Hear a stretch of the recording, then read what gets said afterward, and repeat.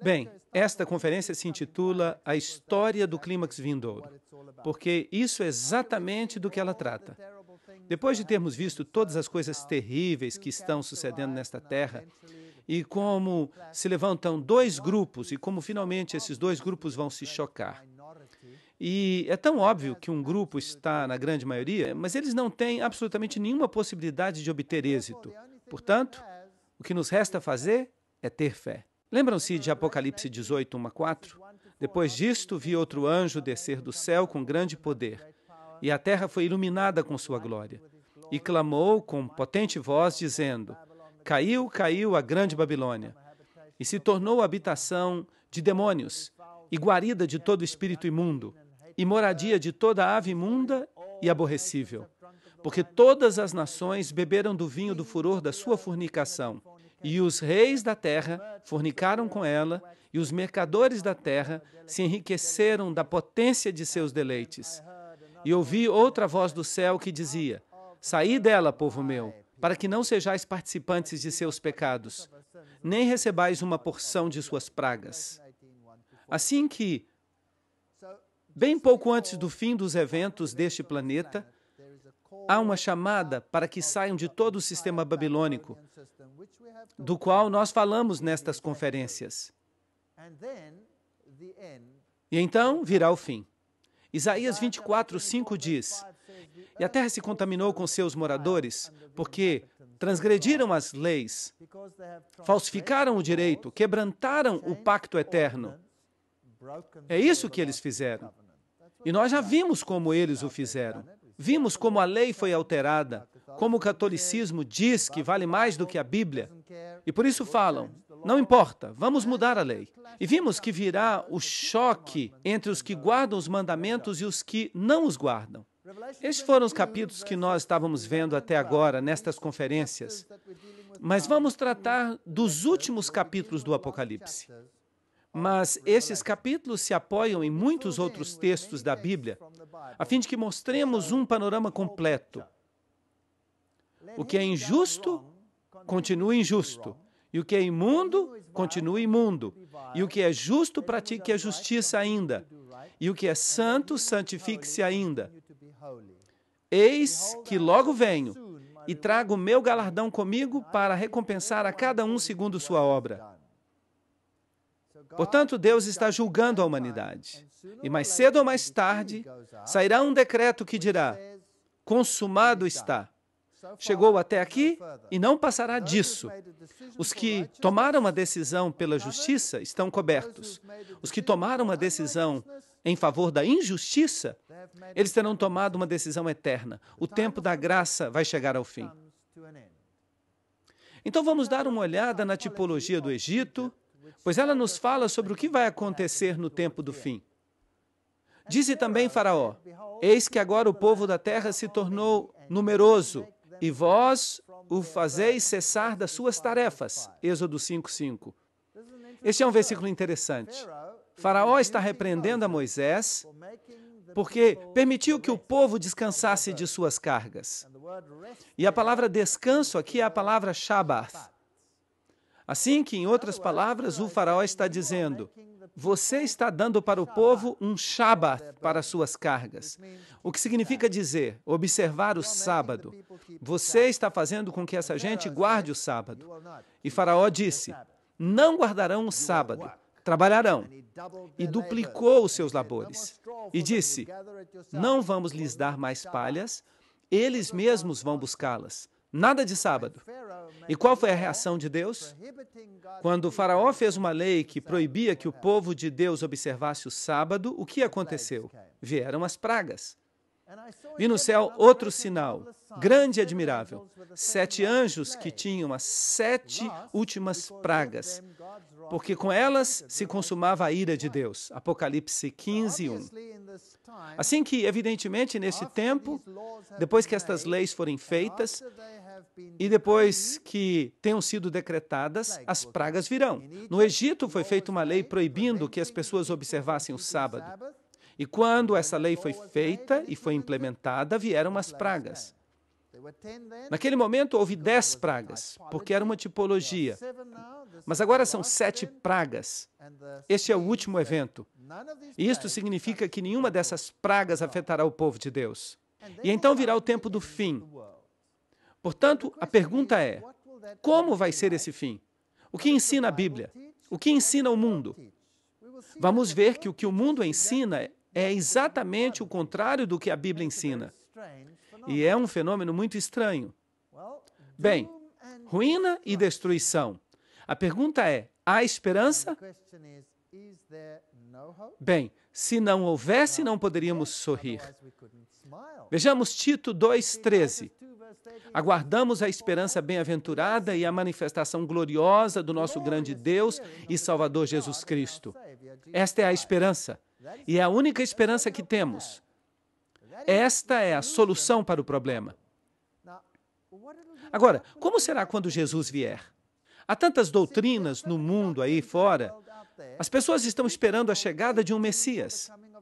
Se você for a Israel no dia de hoje e for até a Porta Dourada, você verá que as tumbas são colocadas ali, porque eles creem que quando o Messias voltar, ele vai entrar pela Porta Dourada. A porta vai abrir, os mortos ressuscitarão e eles serão os primeiros naquela cidade. E é claro, esta Porta Dourada conduz até a mesquita, onde supostamente Maomé subiu ao céu, a cúpula da rocha. Bem, os judeus esperam o Messias e todo mundo está falando de um milênio de paz. Você já ouviu falar desse milênio de paz? Não há um movimento religioso sequer que não pregue sobre isso, exceto um. Somente um. Então, o que vai suceder quando Jesus voltar? Lembrem-se que a Bíblia fala de 4 vindas de Cristo. A primeira é como bebê, a primeira vinda. Ele vem como criança. A virgem dará à luz um filho, Isaías 7,14. Na segunda, ele vem ao ancião de dias. Daniel 7,13 diz: E vi que com as nuvens do céu vinha um semelhante ao Filho do Homem, que vinha até o ancião de dias. E Daniel vê esta grande cena no céu, enquanto que o chifre pequeno, o catolicismo, está realizando seus planos aqui na terra. Assim que Jesus não está vindo a esta terra neste momento. Trata-se de uma mudança de atividade no céu. Jesus recebe o poder, a honra e a glória. E o tempo da graça chega ao fim. Depois disso, temos a vinda em glória, que chamamos de segunda vinda de Cristo. E depois disso, uma vinda final para restaurar a terra e estabelecer o reino. Então, há 4 vindas na Bíblia, e nós precisamos distingui-las cuidadosamente. Os judeus ignoraram totalmente a primeira, porque eles esperavam a vinda final. Eles ignoraram esta vinda. E ignorarão a vinda final. Estavam somente esperando o estabelecimento do reino. Mas é necessário que consideremos cada vinda cuidadosamente e entendamos qual é qual na Bíblia. Não é uma coisa fácil. Não basta ler e dizer, bem, tudo fala acerca da restauração, é isto que vai acontecer. Isaías 7,14. Portanto, o Senhor mesmo dará o sinal. A virgem conceberá e dará à luz um filho, e lhe chamará Emanuel, Deus conosco. A que vinda se aplica esse texto? Obviamente, a primeira vinda, quando ele veio como bebê, mas essa vinda foi ignorada. Eis que a virgem conceberá e dará à luz um filho, e será chamado Emanuel, que traduzido significa Deus conosco, Mateus 1,23. Assim que na primeira vinda, Jesus pagou o preço do pecado. Mas ele erradicou o pecado? Não. Não que eu saiba. Vocês leem os jornais? Vocês assistem à TV? Não, ele não veio desfazer o pecado, ele veio pagar o preço. Mas ele foi ferido por nossas iniquidades, moído pelos nossos pecados. O castigo da nossa paz estava sobre ele, e por sua pisadura fomos curados. Isaías 53:5. Será que os judeus reconheceram este texto, sim ou não? Não. Eles o passaram por alto. Por quê? Porque tinham uma expectativa que queriam cumprir. Não queriam aceitar a interpretação bíblica. Agora, por que ele voltará? João 14. Na casa de meu pai há muitas moradas.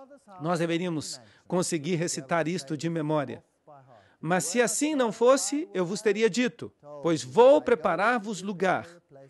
E se eu for e vos preparar lugar, virei outra vez e os levarei para mim mesmo, para que onde eu estou estejais vós também. Esta é uma imagem muito bonita de Deus.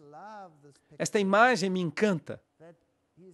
Ele é tão carinhoso e quer que estejamos onde Ele está. Eis a razão por que Ele voltará. Ele vem fazer o quê? Ele vem para que possamos estar onde Ele está também. E eu os tomarei e os levarei para mim mesmo, diz o texto, de maneira que Ele vai nos receber para si. E nós precisamos saber como Ele vai voltar, porque a Bíblia diz, tenham cuidado, porque se levantarão falsos cristos no mundo. A Bíblia não diz isso? Então pergunto, como Ele vai voltar? Bem, esses são os critérios bíblicos. A segunda vinda será universalmente visível. Universalmente visível. Será que os mormons ensinam isto? Não.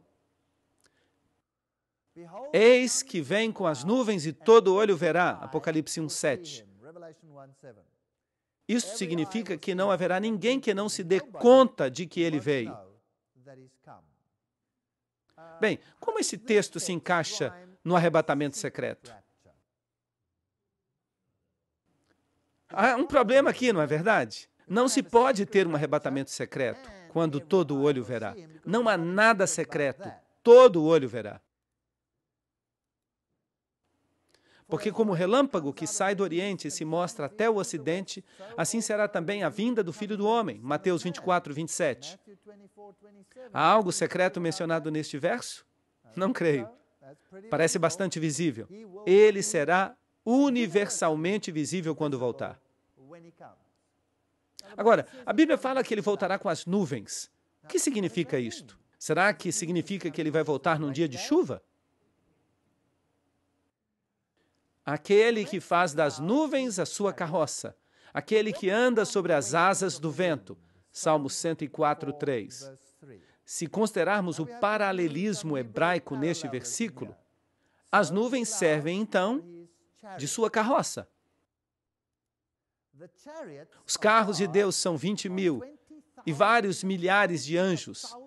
O Senhor entre eles, como no Sinai, assim também no santuário. Salmo 68:17. Então, o que ensina o paralelismo hebraico? Jesus vai voltar com os anjos. Quando ele voltar, ele vai voltar com a glória de todos os seus anjos. E quantas pessoas o verão? Todo olho verá.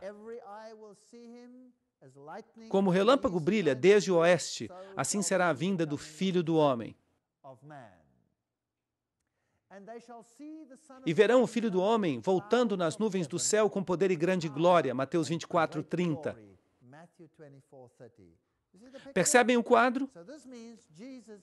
Portanto, isto significa que Jesus voltará com seus anjos. É isto que significa.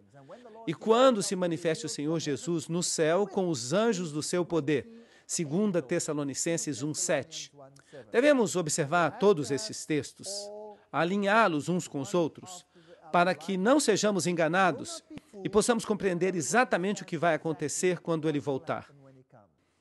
Mateus 25:31 diz, quando o Filho do Homem voltar em sua glória. E quantos anjos? Todos os anjos. Todos os santos anjos com ele. Então se sentará em seu trono de glória. Assim que quando Jesus voltar, todos os anjos estarão com ele. Quantos vão ficar no céu? Nenhum. Todos vêm a esta terra. Isto é, trilhões de trilhões de trilhões de anjos. Um espetáculo incrível. Isto sim vai ser algo inacreditável. E quando ele voltar em sua glória e a glória do Pai e dos santos anjos, Lucas 9:26. O que nos diz este texto? Podem imaginar a glória do Pai? Jesus vai voltar com a glória do Pai. Agora, se ninguém pode ver a Deus e viver quando se é pecador, O que vocês creem que isto vai fazer com as pessoas que se recusaram a abandonar o pecado? Vai ser um problema. E o que vai acontecer com aqueles que foram redimidos? Qual é sua única esperança de sobreviver ao evento? Jesus, de ser cobertos com sua justiça. Esta é a única esperança que há. Assim que ele vai voltar com a glória plena da divindade e todos os anjos com ele. O número destes era milhares de milhares e milhões de milhões, Apocalipse 5:11. Vai ser um evento espetacular quando Jesus voltar. E Atos 1:11 diz: Varões galileus, por que olhais para o céu? Este mesmo Jesus que foi tomado dentre vós ao céu, virá como vós o viste subir ao céu. Então, como foi levado para o céu? Também com anjos o viram subir. E este mesmo Jesus vai regressar. Não vai ser um fantasma. Ele mesmo disse: vem, coloca aqui o teu dedo, coloca a tua mão, coloca do meu lado e vê que eu sou real. Este é um Jesus verdadeiro que vai voltar, de maneira que será universalmente visível. A segunda vinda também será audível. 1 Tessalonicenses 4,16 diz: porque o Senhor mesmo, com voz de comando, com voz de arcanjo e com trombeta de Deus descerá do céu. Todos vão ouvir. Até quem estiver surdo vai ouvir.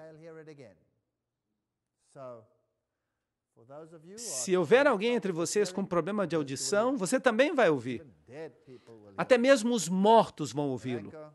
Até mesmo os que tiveram o ouvido decepado vão ouvi-lo. A segunda vinda será audível, e enviará seus anjos com grande voz de trombeta, e juntarão os seus escolhidos dos quatro ventos, de um extremo do céu até o outro. Mateus 24:31.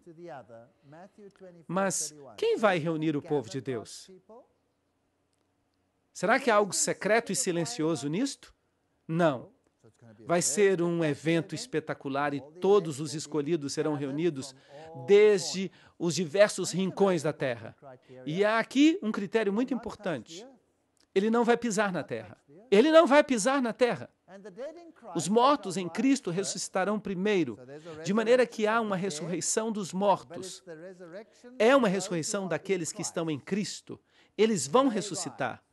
Depois disso, nós, os que estamos vivos, isto é, aqueles que estão vivos e que estão em Cristo naquele momento, nós, os que estamos vivos, seremos arrebatados juntamente com eles. Os mortos que estão em Cristo e os vivos que estão em Cristo, seremos arrebatados juntamente com eles nas nuvens. O que significa isto? Que os anjos reuniram a todos. E o que os anjos vão fazer com eles? Vão levá-los para receber o Senhor no ar. Bem, este é um arrebatamento, mas não é um arrebatamento secreto. É um arrebatamento muito claro. E assim estaremos sempre com o Senhor. 1 Tessalonicenses 4:16-17. Temos que ler esses versículos cuidadosamente, de maneira que quando Jesus regresse, todo olho verá. Ele não tocará o solo. Enviará seus anjos para reunir os escolhidos. A voz de Deus ressuscitará os justos em Cristo. Somente eles. E são todos então reunidos. E os anjos os recolhem e nós nos encontramos com o Senhor nos ares. Ele não toca na terra. De maneira que quando vocês ouvirem que Jesus está aqui ou ali, ou num aposento, o que disse Jesus? Não vão. Não se incomodem. Não sou eu. Mateus 24:26-27. E assim que se lhes disserem, olhem, ele está no deserto, não saiam. E se disserem, vejam nos aposentos, não creiam. É muito simples não crer se conhecemos a verdade, certo? Pois como o relâmpago sai do Oriente e se mostra até o Ocidente, assim será também a vinda do Filho do Homem. Mateus 24:26-27. É muito simples. A Bíblia não faz rodeios. Ninguém deve se enganar sobre este assunto. Agora, aqui tem outro assunto difícil. O que vai acontecer na segunda vinda? O que é que o mundo ensina? Que todas as pessoas se converterão? Que tudo vai ser muito bom? Mas a Bíblia não fala nada disso nesta hora. A ressurreição dos justos é uma das coisas que ocorre quando Jesus voltar. Porque o Senhor mesmo, com voz de comando, com voz de arcanjo e com trombeta de Deus, descerá do céu e os mortos em Cristo ressuscitarão primeiro. 1 Tessalonicenses 4:16. Os mortos ressuscitam. Os mortos que estão em Cristo ressuscitam. Apocalipse 25:6 nos diz acerca dos outros. Mas os mortos não voltarão a viver até que se cumpram 1000 anos. De maneira que, quando ressuscita o resto dos mortos, obviamente 1000 anos depois. É isto que o texto afirma. Ok. Então, há duas ressurreições. A primeira ressurreição é a ressurreição dos justos. E a outra será a ressurreição dos ímpios. Mas quanto tempo passa entre as duas? 1000 anos. Será que é isto que o mundo ensina? Não. Bem-aventurado e santo que tem parte na primeira ressurreição. Isto faz sentido. Se é para a gente morrer, em que ressurreição você gostaria de estar? Obviamente na primeira. A segunda pode ser um pouco problemática. De maneira que queremos estar na primeira ressurreição. Apocalipse 25:6. Quem é que participa da primeira ressurreição? Os que estão em Cristo. E os justos vivos, o que vai acontecer com eles? Obviamente, eles estão vivos e não precisarão da ressurreição dos mortos. Eles estão esperando a volta de Cristo. E nós podíamos fazer parte deste grupo. Sabiam disto? O que vai acontecer com eles? Em 1 Coríntios 15, 52 a 53, está escrito: em um momento, em um abrir e fechar de olhos, ao som da trombeta, este é o mesmo momento em que Jesus vem, porque se tocará a trombeta, e já falamos sobre isto, e os mortos ressuscitarão incorruptíveis, e nós seremos transformados, porque é necessário que o que é corruptível se vista de incorruptibilidade, e o que é mortal se vista de imortalidade. De maneira que há uma mudança. Tudo que é mortal desaparece. E se você tem dentadura, tenha cuidado com quem estiver por perto, porque a dentadura desaparecerá e você terá dentes novos. Tudo será mudado e ninguém nunca mais morrerá. Será fantástico. Filipenses 3, 20 a 21. Nossa cidadania está nos céus, de onde também esperamos o Salvador, o Senhor Jesus Cristo, o qual transformará este nosso corpo de humilhação, em caso você pensar que você é muito bonito, para que sejamos semelhantes ao corpo de sua glória. Incrível, isto é assombroso. Deus vai nos dar um corpo. Deus vai nos dar um corpo como o seu. Inacreditável. Isto é algo incrível. Mateus 13, 49 a 50. Assim será no final dos tempos. Os anjos sairão e separarão os maus dos justos e os lançarão no fogo eterno. Ali haverá choro e ranger de dentes. O que significa isto? Mateus 13, 49 a 50. A primeira coisa que vemos ali é que há uma separação. E não parece nada bem ficar do lado do mal, certo? Não parece nada bem. Então, o que vai acontecer com os ímpios? Agora, esta é uma doutrina que é muito complicada e que temos que esclarecer. Serão necessárias 2 conferências para esclarecer isso. Mas vamos fazer uma parte disto hoje e vamos ver o que acontece. Os reis da terra, os grandes, os ricos, os capitães, os poderosos, todo servo e todo livre, se esconderão nas cavernas e entre os rochedos dos montes. Portanto, vai haver 2 categorias nesta terra quando Jesus voltar. Um grupo vai dizer: eis aqui o nosso Deus a quem esperávamos. Os anjos vão recolhê-los. E o que vão fazer? Vão arrebatá-los, eles vão se encontrar com o Senhor nos ares. Mas e os outros? O que acontecerá com eles? Salve-se quem puder. Fujam para salvar a sua vida. Procurem esconder-se onde possam. E quem são eles? Pois parece que os grandes homens, os homens ricos, os capitães, os poderosos e todas estas pessoas que agora estão dizendo: vamos ser os vencedores, parece que eles vão estar com problemas. E diziam aos montes e aos rochedos: caí sobre nós e escondei-nos do rosto daquele que está sentado sobre o trono e da ira do Cordeiro, porque o grande dia da sua ira chegou. E quem poderá subsistir? Apocalipse 6, 15 a 17. Assim que eles preferem que uma montanha caia em cima da cabeça deles, em vez de enfrentar ao Senhor. Isto é sério. Alguma vez vocês já pensaram nisto? Uma montanha em cima da sua cabeça, em vez de enfrentar o Senhor? Mas que outra coisa sucede a eles? E então aparecerá o sinal do Filho do Homem no céu. E então todas as tribos da terra vão se regozijar, porque o Senhor vai restaurar esta terra. E haverá um milênio de paz que vai durar para sempre e nunca mais haverá problemas? Não, não é isso que está escrito. Não é nada disso. Mateus 24, 30. E então lamentarão todas as tribos da terra e verão o Filho do Homem vindo sobre as nuvens do céu com poder e grande glória. Eles não vão ficar felizes. Eles vão ficar muito infelizes. Eis aqui vem o Senhor com seus santos, dezenas de milhares, para fazer o quê? Para fazer juízo contra todos e condenar a todos os ímpios de todas as suas obras ímpias que fizeram impiamente e de todas as coisas duras que os pecadores ímpios falaram contra ele. Nesta série, falamos sobre um ataque violento e total. Contra quem? Contra Jesus. Nós vimos algumas coisas ímpias que falaram sobre ele. Bem, haverá um dia de juízo. Eles podem até pensar que são os vencedores, mas este texto diz o contrário. Os versículos 14 e 15 de Judas nos dizem que eles estão com problemas. Eles vão ser condenados, vai haver um juízo. Não há nenhuma razão para que eles fiquem felizes. E não há nenhuma conversão aqui. Trata-se de um juízo que é levado a cabo. Próximo está o grande dia de Jeová, muito próximo. É amarga a voz do dia de Jeová. Gritará ali o valente.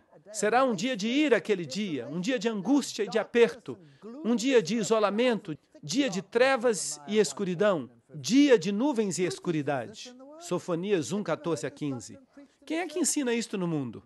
Vocês já ouviram alguma vez esta doutrina ser pregada em alguma igreja? Nunca. Ninguém prega isso. Mas o que é que a Bíblia diz? Tudo o que precisamos fazer é lê-la. 2 Tessalonicenses 2:8. E então o iníquo, aquele que altera a lei de Deus, se manifestará. O que ocorre com aquele que se atreveu a mudar a lei de Deus e disse: estou acima da Bíblia, posso fazê-lo, vou alterar os preceitos de Cristo?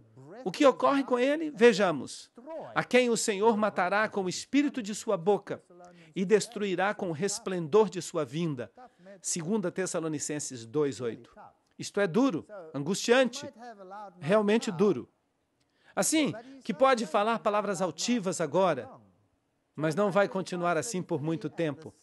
Jeremias 25:33. E jazerão os mortos de Jeová naquele dia.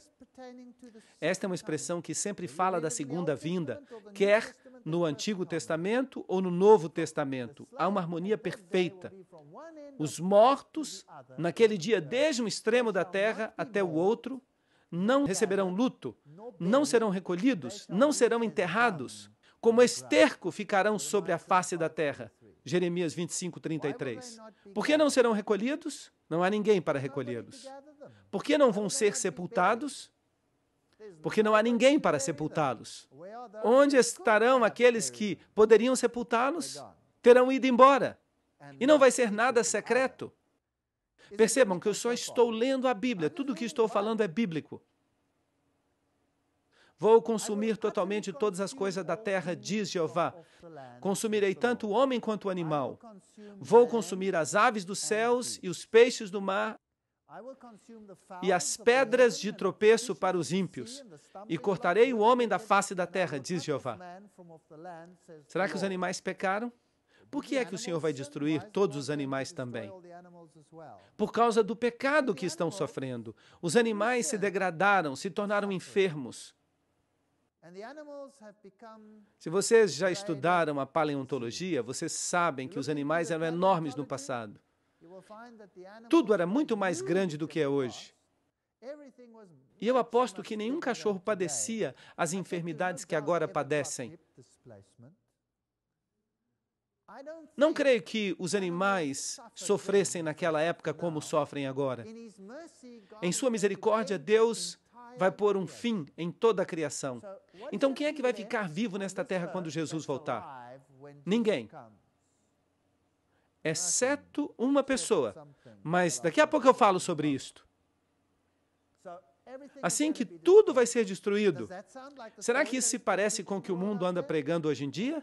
Não, não parece. Mas o Salmo 110 diz: o Senhor está à tua destra, quebrantará os reis no dia da sua ira, julgará as nações e as encherá de cadáveres, quebrantará os líderes da terra.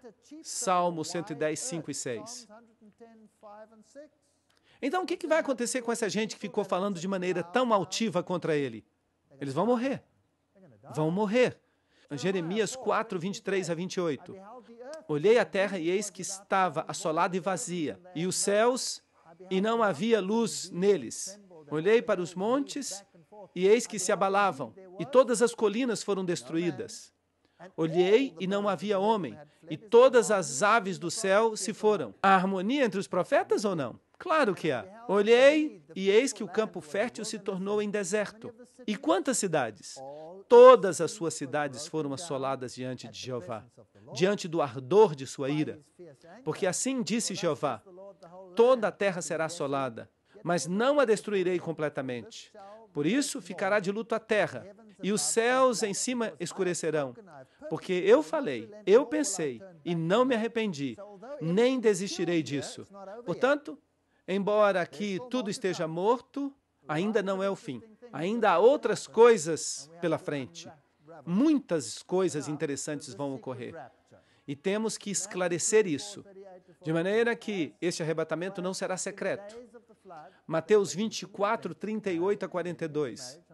Porque como nos dias antes do dilúvio estavam comendo e bebendo, casando-se e dando-se em casamento, até o dia em que Noé entrou na arca, e não entenderam, até que veio o dilúvio e os levou a todos. Assim será também na vinda do Filho do Homem. Serão todos levados, como vimos. Então estarão dois no campo, um será tomado e o outro será deixado. Duas mulheres estarão moendo no moinho, uma será tomada e a outra será deixada. Vigiai, pois, porque não sabeis em que hora virá o vosso Senhor. É este o texto que eles usam para falar do arrebatamento secreto. Será que o texto diz que um será tomado secretamente e o outro será deixado? Será que fala isso? Não. Tudo o que diz é que um será tomado e o outro será deixado. Em outras palavras, o que acontecerá com o justo? Anjos o recolherão e o levarão para onde? Para se encontrar com o Senhor nos ares. E o ímpio? O que acontece com ele? Ele fica aqui e será morto. É só isso. Não há um arrebatamento secreto aqui. Será que existe alguma falta de harmonia entre isto e o que lemos? Não. Os dispensacionalistas afirmam que o anticristo se levantará depois do arrebatamento secreto. Mas a Bíblia claramente ensina que este poder vai surgir da igreja e não depois da igreja. 1 João 2, 18 e 19. Filhinhos, esta é a última hora. E conforme ouvistes que o anticristo vem, assim agora surgiram muitos anticristos. Por isto sabemos que este é o tempo do fim. Saíram dentre nós, mas não eram de nós. Porque se tivessem sido de nós, teriam permanecido conosco. Mas saíram para que se manifestasse que nem todos pertencem a nós. Portanto, se o dispensacionalismo ensina que o anticristo virá no futuro e que não virá de dentre os cristãos, mas de outra sociedade que vai perseguir os judeus, é isto que afirmam, isto não é bíblico, não é bíblico. Em todo caso, o anticristo não vem no futuro. Ele surgiu, como já vimos, desde a época romana. Ele sai da quarta besta, ele sai de Roma. De maneira que o dispensacionalismo não pode estar correto, porque não é bíblico. Mas vocês sabiam que praticamente todos os pentecostais e todos os batistas ensinam isto? Mas não é bíblico. Não existe um evangelho da segunda oportunidade. O arrebatamento secreto ensina um evangelho de segunda oportunidade. Ensina que aqueles que estão em pecado receberão outra oportunidade. De maneira que está estabelecido para os homens que morram uma única vez. E depois disso, o juízo. Não existe uma segunda oportunidade. É isto que diz Hebreus 9, 27. É agora ou nunca? Deixe o homem ímpio o seu caminho e o homem iníquo os seus pensamentos e volte-se para o Senhor. o qual dele terá misericórdia, e para o nosso Deus, o qual é amplo para perdoar. Isaías 55, 7. Não há aqui uma múltipla escolha. O justo e o ímpio se revelam ao mesmo tempo. Deus é justo. Ele dará aflição como castigo aos que nos perseguem e dará alívio aos que sofrem, e a nós também. Isto vai acontecer quando o Senhor Jesus se revelar no céu, com fogo ardente, com seus anjos poderosos. Será que há aqui uma segunda oportunidade? Sim ou não?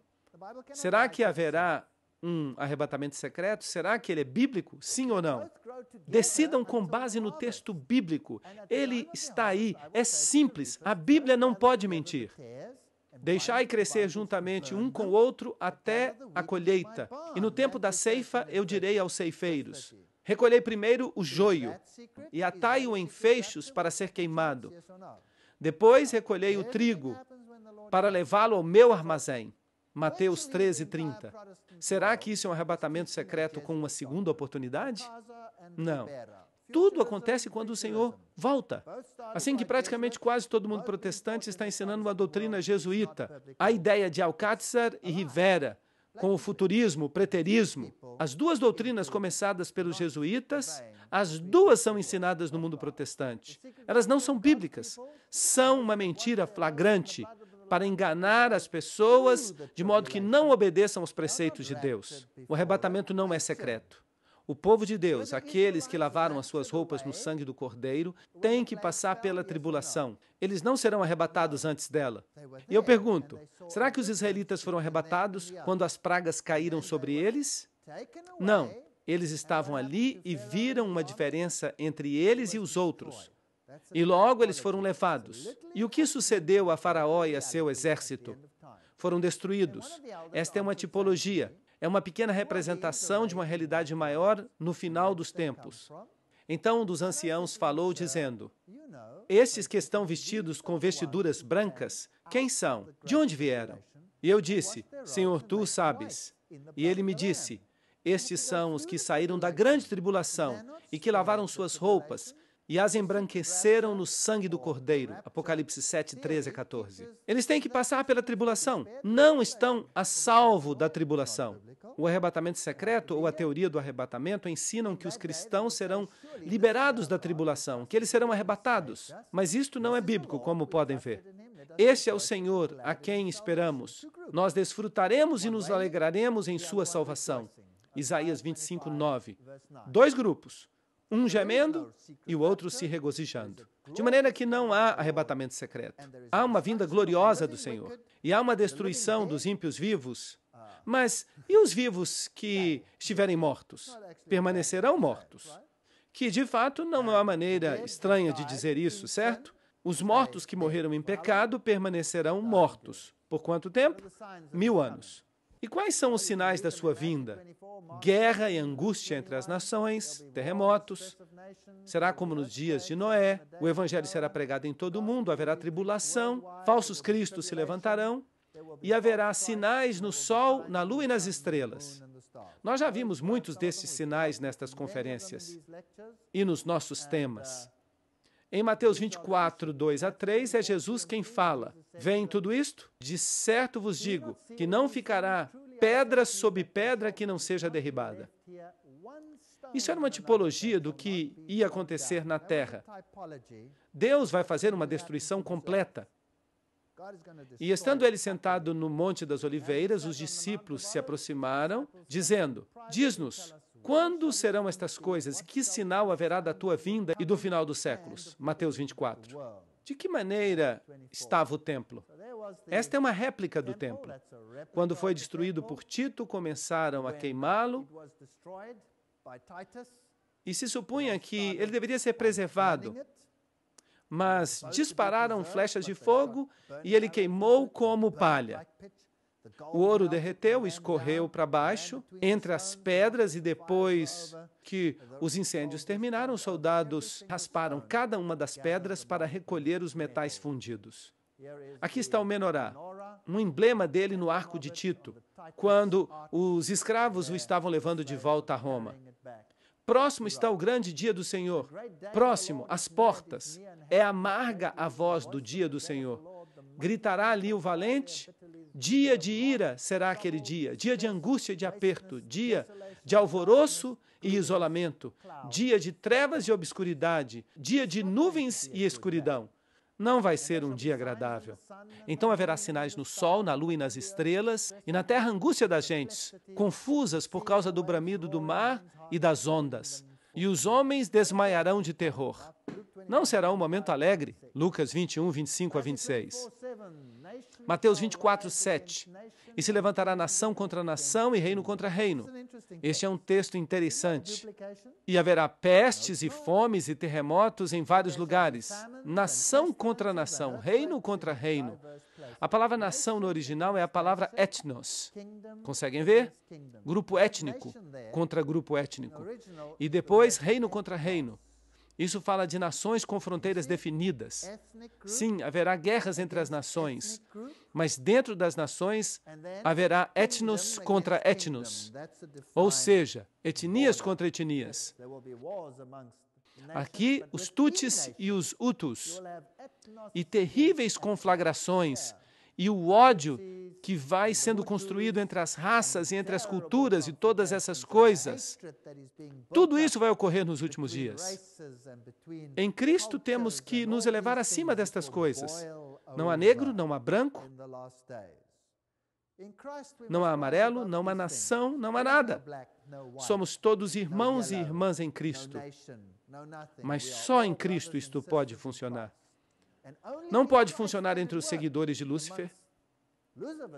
E, inclusive, Edgar Hoover, que disse, leia, ore e chore, enquanto você considerar a terrível situação espiritual da América. Vosso ouro e vossa prata estão mofados, e o seu mofo testemunhará contra vós, e devorará completamente a vossa carne como fogo. Haveis acumulado tesouros para os dias vindouros. Assim que haverá calamidades econômicas. Eis aqui clama o salário dos obreiros que ceifaram vossas terras, que por causa de dolo não foi pago por vós. E os clamores dos ceifeiros chegaram até os ouvidos do Senhor dos Exércitos. Calamidades econômicas, problemas com o trabalho, empregos numa era de insegurança, falsos cristos, falsos profetas, grandes sinais, maravilhas. Nós já fizemos conferências completas sobre tudo isso. As aparições do Maitreya, as visões marianas, tudo isso. Todas as grandes religiões propõem a ideia de uma revelação futura, que será feita por um mestre futuro. Alô? A Bíblia não propõe esta ideia. Somente estas grandes religiões, mas elas todas estão ensinando algo contrário à Bíblia. Os cristãos esperam pelo regresso de Cristo. Os budistas buscam a chegada de outro Buda, o Senhor Maitreya. Enquanto que os muçulmanos esperam o Imam Mahdi, os hindus uma reencarnação de Krishna e os judeus o Messias. Todos vão ter uma grande surpresa, porque nada disso vai acontecer. Mas quando o Senhor vier, eles vão saber. Considera isto, que nos últimos dias haverá tempos perigosos, haverá homens amantes de si mesmos, avarentos, presunçosos, soberbos, blasfemos, desobedientes aos pais, ingratos, ímpios, sem afeto natural, desleais, caluniadores, intemperantes. A lista é simplesmente interminável. Cruéis, enfatuados, amantes dos prazeres, terão aparência de piedade, mas negarão a sua eficácia. Em vez de paz universal, haverá armas universais. E muitos se ofenderão e vão trair uns aos outros. E haverá ódio entre eles. Mateus 24, 10. Isto é o pior de tudo. Sabem que este evangelho vai causar divisão? Conseguem perceber isso? Será tão divisivo que algumas pessoas vão se defender e vão ser traídas e acabarão na prisão. A polícia vai ficar fora de controle. Você acha que você vai estar seguro quando estiver na prisão? Eu não creio. Se Deus não estiver com você, você não será salvo. Você se lembra daquele massacre no Japão, quando mataram várias pessoas com gás? A terra vai ficar amarrotada como uma vestidura. Haverá calamidades econômicas, haverá calamidades ecológicas, dilúvios, furacões, tormentas, grandes catástrofes. E será que no meio desta tormenta você vai encontrar o amor de Jesus? Como gemem os animais? O gado está perplexo, porque não tem pasto.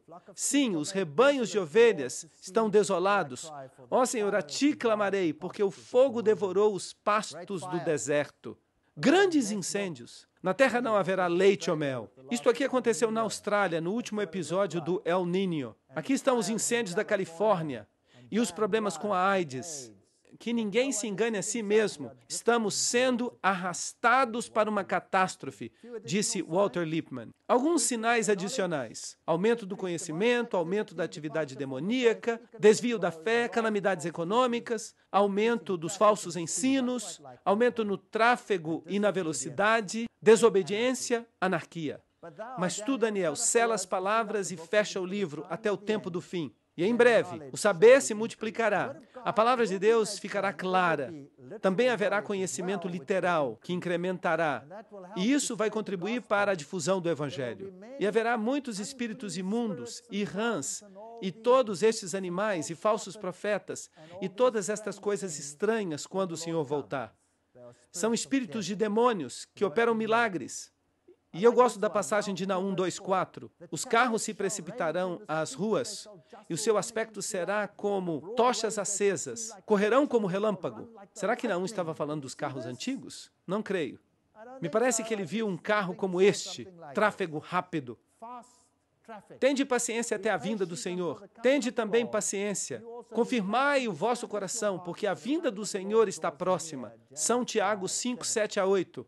Quando estas coisas começarem a suceder, levantai-vos e erguei a vossa cabeça, porque a vossa redenção se aproxima. Lucas 21:28. O Senhor virá em breve, e nós veremos isto em mais detalhe na próxima parte.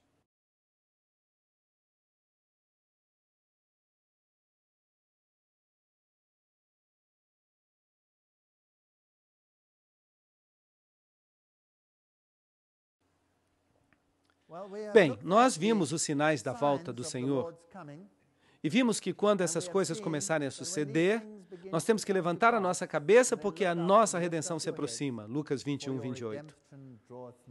E então podemos dizer, combati o combate, completei a carreira, guardei a fé. E agora me está reservada a coroa da justiça, a qual me dará o Senhor, justo juiz. Quando? Naquele dia. De que maneira Paulo esperava receber a sua coroa? No momento da morte? Não. Esperava recebê-la naquele dia.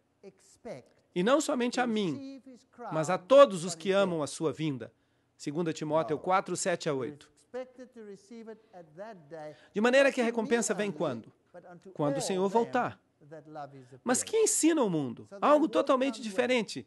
Ensinam que quando a pessoa morre, o que acontece com ela? Vai para o céu e tem a sua recompensa. E depois, quando o Senhor voltar, essa pessoa tem que pular de novo no seu próprio corpo para ser ressuscitado e para comparecer diante de Deus. Isso é confuso, não é verdade? Será que isso faz sentido? Não tem sentido algum. De maneira que nesse dia recebe a sua recompensa, não antes. Eis que venho como ladrão, bem-aventurado o que vela e guarda suas roupas, para que não ande desnudo e não se veja a sua vergonha. Apocalipse 16:15. De maneira que alguns nem sequer saberão que ele está voltando, porque vós sabeis perfeitamente que o dia do Senhor virá como ladrão à noite. Vocês sabiam que muita gente usa este versículo para falar do arrebatamento secreto? Que quando dizem paz e segurança, então virá sobre eles destruição repentina, como as dores a uma mulher em parto, e não escaparão. Mas agora percebam este versículo. Mas vós, irmãos, não estáis em trevas, para que aquele dia não vos surpreenda como ladrão. De maneira que, se você conhece a sua Bíblia, será pego de surpresa? Não. Não deveria ser uma surpresa, mas aqueles que estão esperando coisas maravilhosas e um milênio de paz e todas estas coisas, será que eles serão surpreendidos? Ah, sim. Vão ficar muito surpresos, porque o Pai não julga ninguém, mas concedeu todo o juízo ao Filho. O papado diz que a banca do juízo lhe pertence. Não, não, não. O papado está equivocado. Todo o juízo pertence ao Filho. Mas se sentará o juiz e lhe tirarão o seu domínio. Domínio papal. Para que seja destruído e arruinado até o fim. Daniel 7:26. Esta é uma referência ao poder do chifre pequeno, o papado. de quem o domínio será tirado. Daniel 7, 13 e 14 diz: E contemplava eu na visão da noite, e eis que nas nuvens do céu vinha um como o filho do homem, que vinha até o ancião de dias, e o fizeram aproximar-se dele. Esta não é a vinda do Senhor. Isto é algo totalmente diferente. E lhe foi dado domínio, glória e reino, para que todos os povos, nações e línguas o servissem. Seu domínio é domínio eterno, que nunca passará, e seu reino nunca será destruído. De maneira que a coroação ocorre no céu. Jesus tira sua túnica sacerdotal e põe a sua túnica real. O tempo da graça termina. E logo caem as pragas sobre a terra. E depois disso, o Senhor virá a segunda vez. Eis que venho logo, e trago o meu galardão comigo para recompensar a cada um segundo a sua obra. Apocalipse 22, 12. A Bíblia diz: E haverá um tempo de angústia tal qual nunca houve. Daniel 12, 1. De maneira que neste tempo, depois que se fecha a porta da graça, haverá um tempo terrível de angústia. Cairão as pragas. E mais tarde eu darei os detalhes disso. Cairão 1000 a teu lado e 10.000 à tua direita, mas tu não serás atingido. Aproprie-se dessas promessas. Certamente com teus olhos verás e contemplarás a recompensa dos ímpios. Este é o relato bíblico. Porque fizeste do Senhor a esperança e do Altíssimo a tua habitação. Vale a pena seguir ao Senhor, mesmo quando pareça improvável, mesmo que pareça que estejamos em problemas neste planeta, esta é a esperança. Não te sobrevirá mal algum, nem praga alguma tocará a tua moradia. Salmo 91, 10. Não é esta uma grande promessa? De maneira que ocorrerá toda a destruição neste planeta. Mas você não tem que temer nada se você está em Cristo. Agora, quando Jesus voltar, teremos a batalha do Armagedon. O que o mundo fala acerca da batalha do Armagedon? Eles dizem que vai haver uma guerra no Oriente Médio. Primeiro, diziam que eram os turcos, mas depois que os turcos perderam seu poder, disseram que iam ser os russos. Os russos viriam e lutariam. E então todos se reuniriam neste vale, Armagedon, o vale de Meguido. E ali haveria uma grande guerra. E logo o reino se construiria na terra. Mas eu pergunto, será que isso está em harmonia com o que acabamos de ler? Nós lemos que quando o Senhor voltar, o que vai ocorrer com todas as cidades da terra? Serão aplainadas, é isto que a Bíblia diz. Toda cidade é aplainada. Será que isso também se aplicará a Jerusalém terrestre? Obviamente que sim. A Jerusalém terrestre vai deixar de existir. Qual era a bendita esperança de Abraão? Ele aguardava uma Jerusalém terrestre ou uma celestial? Ele aguardava uma Jerusalém celestial. A propósito, quem está construindo esta cidade? Vou preparar-vos lugar, nos disse Jesus.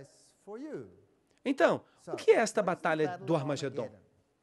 Os reis da terra em todo o mundo são reunidos no lugar que em hebraico se chama Armagedon, Apocalipse 16, 14 e 16. A palavra grega para lugar é topos. E topos tem tanto um sentido literal quanto metafórico. Assim que este último significa um estado de ânimo. De maneira que uma pessoa pode ter um estado de ânimo que o leve a algo.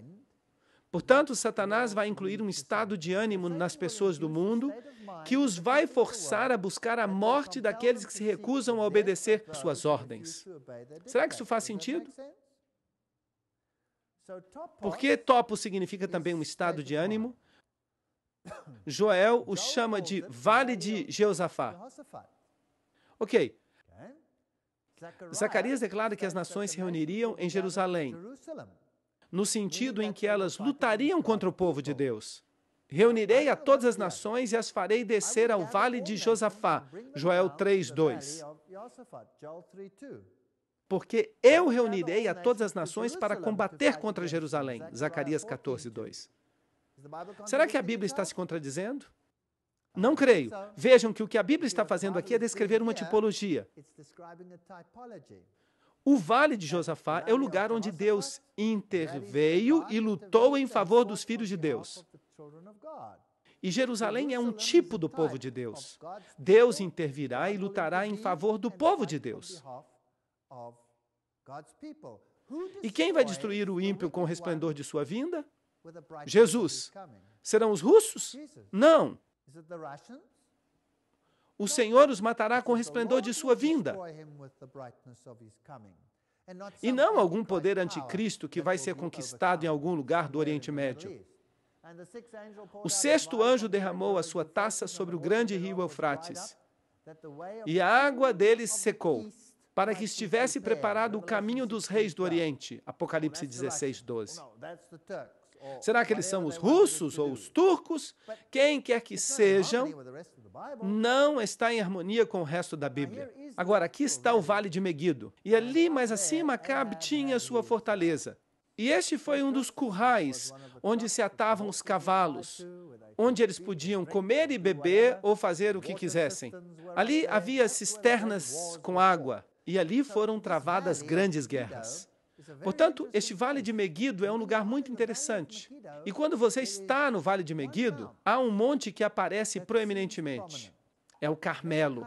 E foi no Carmelo que se tomou a decisão quando Elias disse: escolhei hoje a quem sirvais. Este é o Vale da decisão. Ali, naquela descida. Cheguemos-nos juntos a juízo. Quem suscitou do Oriente aqueles cujos passos a vitória acompanha? Quem faz que as nações se lhe submetam e que ele domine sobre reis?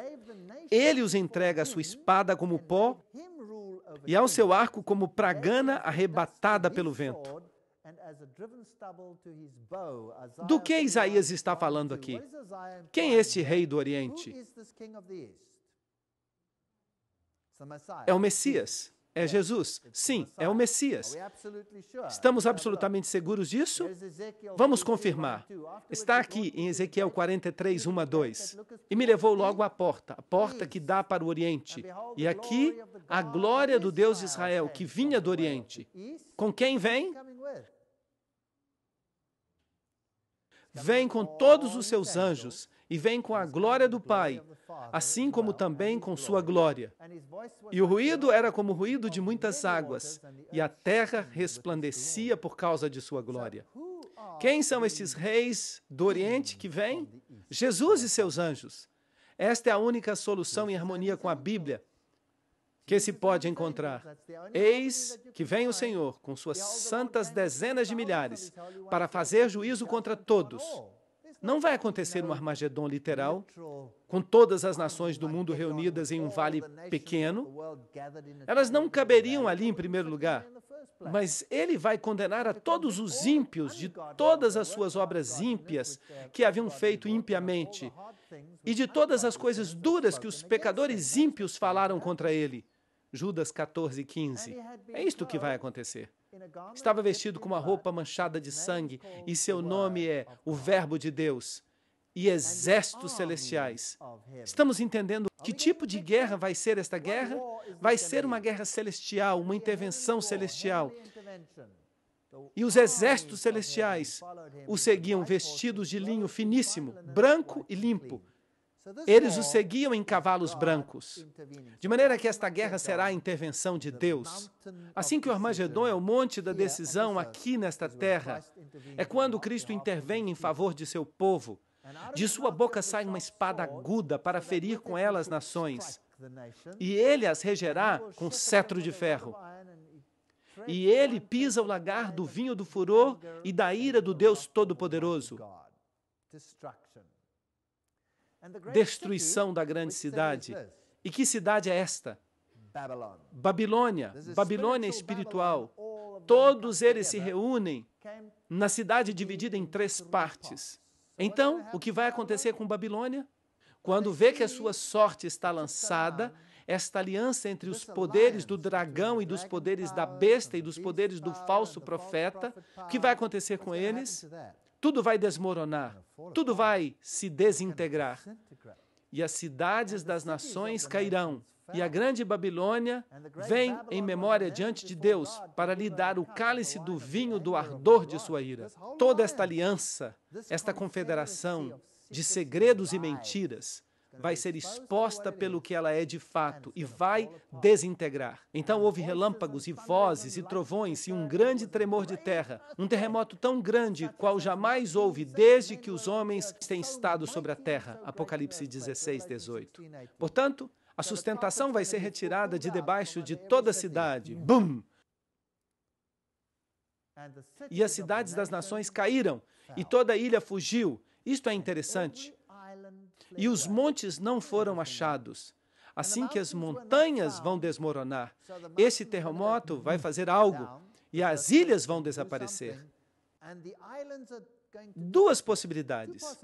Ou as ilhas vão glu, glu, glu, glu debaixo da água, ou os continentes se unem e tudo se move para o lado. Há duas possibilidades, eu não sei qual. Talvez até mesmo uma terceira, talvez até uma quarta. E logo uma grande saraiva. Esta é a sétima praga. Com pedras de gelo do tamanho de um talento, assim, blocos grandes de gelo, caindo do céu sobre os homens. E os homens blasfemaram contra Deus por causa da praga de granizo, porque a sua praga foi sobremaneira grande. Não honram a Deus porque estas pessoas que são afetadas por esta praga final não reconhecem, assim que blasfemam. Por acaso estiveste entre os tesouros da neve, ou viste os tesouros do granizo, que tenho reservado para o tempo de angústia, para o dia da guerra e da batalha? Jó 38, 22 a 23. O Armagedon é uma guerra liderada por Deus, usando terremoto e granizo para destruir aqueles que querem destruir o povo de Deus. Apocalipse 16, 7 diz, porque o grande dia de sua ira chegou, e quem poderá subsistir? E a besta, o catolicismo, foi aprisionada, e com ela o falso profeta. Este foi tomado, e os dois foram lançados vivos dentro de um lago de fogo que arde com enxofre. E os demais, quem são eles? Os reis da terra, os comerciantes, todos os demais foram mortos com a espada que saía da boca daquele que montava o cavalo. Apocalipse 19, 20 a 21. Ok, quem está faltando nessa tríade que acabamos de ler? O dragão não está aí. O dragão são as forças demoníacas que reuniram as pessoas em toda esta união espírita. Ele não está aí. A besta, o catolicismo e o protestantismo apóstata entraram em aliança e todas as forças babilônicas são destruídas, mas as forças demoníacas permanecem. Certamente, Senhor Deus Todo-Poderoso, os teus juízos são verdadeiros e justos, Apocalipse 16, 7. Mas os outros mortos, lembram-se? Não ressuscitaram até que se cumprissem os 1000 anos. Esta é a primeira ressurreição, Apocalipse 25. A propósito, isto parece um pouco estranho. Esta é a primeira ressurreição. Você deve recordar que o Apocalipse está escrito como um quiasma. E estamos lendo de trás para frente, de maneira que as ideias são de trás para frente. O resto dos mortos não reviveram. Mas bem-aventurados e santos são aqueles que têm parte na primeira ressurreição. A descrição se inverte. Portanto, os ímpios vivos morrem e os ímpios mortos seguem mortos por 1000 anos. E os mortos em Cristo ressuscitarão primeiro. Então, nós, os que vivemos, os que permanecemos, seremos arrebatados juntamente com eles nas nuvens para nos encontrar com o Senhor nos ares.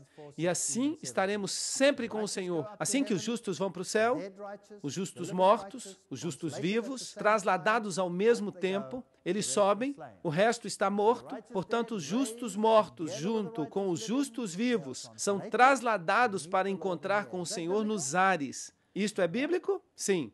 E ali passam seu tempo futuro com Deus. E o que é que vão ficar fazendo? Bem, vamos ver. E se dirá naquele dia, este é o nosso Deus, a quem esperávamos, e Ele nos salvará.